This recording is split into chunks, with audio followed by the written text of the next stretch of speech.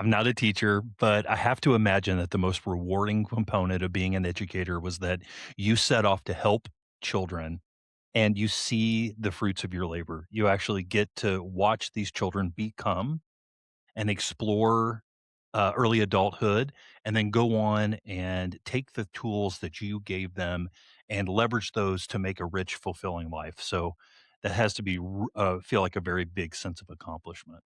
It is, it is. And, when you have a parent say to you, I had a parent one time say to me, my daughter has not forgotten one thing you taught her in American history.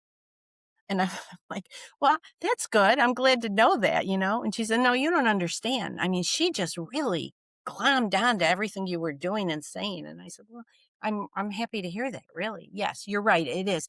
I had a friend who said he was a colleague, another administrator, and he said, being a teacher is a bit like being a crack addict. And I said, "What are you talking about?"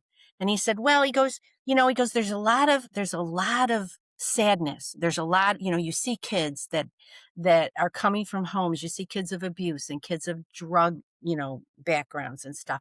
He said, "And you have kids that are struggling with disabilities and struggling with behavior issues and struggling with neurological issues."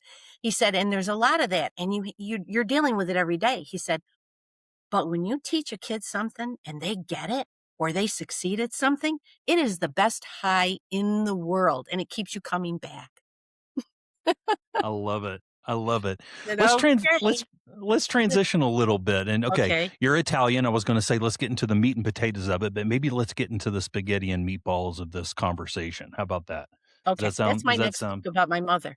Spaghetti and meat no, it's gonna be meatballs and conversations, I think. Oh, there you go. So you do your post, we'll use, air quotes here, your post-retirement mission has led you to a couple of books. One's called Coffee and Wisdom.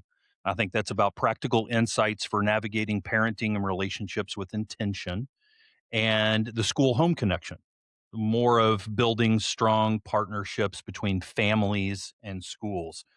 But you spent 20 plus years in these schools and you were a problem solver. You were Well, the I spent firefighter.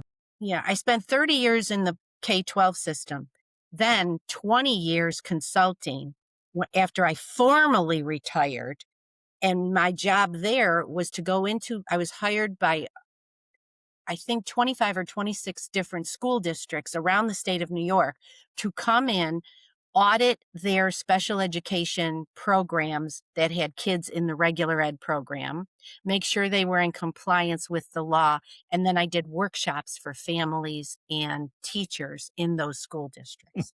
That was God, from yeah. God bless Yeah. you. You look way too young to have half a century Oh, in oh, in education. yeah, bless you. I am not young, no. And then COVID came along, and that was the end of Oh, that, because everything I did pre-COVID was in front of and that's where I'm headed now with my book and my message is to get back to the schools and teacher groups and parent groups. But yeah, that's what I did.